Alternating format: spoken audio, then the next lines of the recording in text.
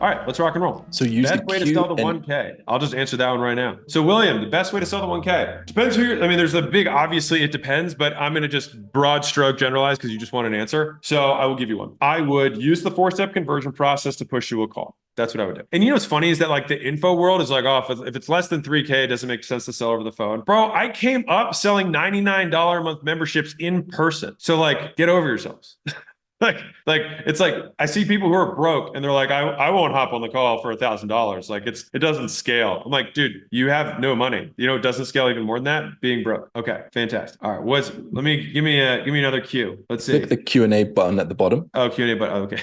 Here I'm like reading the comments. Like, what am I? No one is. Everybody's done. Everybody's like, I'm finished, Alex. I already implemented everything. Okay. And you can sort by most popular, most upvotes. Good. Okay. And then if anybody in the chat sees a question you want answered, click the like button. Yeah, click upvote. So Kevin Wong has the upvote. So please review and roast my about page. All right. These end up becoming a lot of roasts. I'm gonna save the roast for a second. I wanna answer some questions first about what we just talked about. Okay. Talked last week, 200 followers on Skool. I listened to your advice on Q&A, applied it, and now I'm almost 900. That's fucking awesome, man. That's great. Congratulations, Star. Love it. My community is very engaged. Thank you for that. I have another Zoom call today. I'm still confused about if I can do better things in my community. Can you please check on my community and tell me? It'll be hard for me to get in and then do that on this call.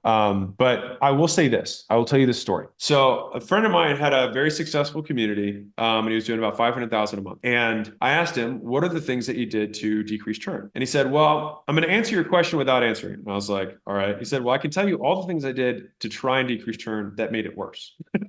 I was like, okay. And so all he did was he added more stuff and churn just kept getting worse. And so he had his lowest churn when he started, when he had a clear deliverable. He's like, we had 3 things. Actually, for him, he had 2 things. He had a newsletter that was a long form newsletter that was very in depth. It was a niche. And the second thing is that he had a once a month call that was a much longer call, like a 2 or 3 hour call, where he answered any questions that people had in the community. He just stayed on until all the questions were answered. And that's what he did. Once a month, he did the call, and then he would write the really big newsletter. And he had the lowest churn because guess what? 1, people can keep up with it. And 2, it's really clear. If you give somebody 20 things and they only consume 2 of them, they feel like they're only getting 10% of the value. It gives them 2 things, they consume all 2. They'll be like, I'm getting 100% of the value, even though the actual thing that they're consuming is literally the same. It's about their perception. So my advice is really think twice about adding stuff for 2 reasons. 1 is it might not reduce churn, and 2, it'll definitely increase your workload. Okay. The increase in work is guaranteed. The reduction in churn is not. Boom. All right. So let's get back to preguntas, which is Espanol for questions. Okay. This clip was taken inside of the Skool Games, which is literally free to join. So if you want to talk to AlexHormozi live every week, then click the link in the description and join right now. 54.1% of people who start a paid community in Skool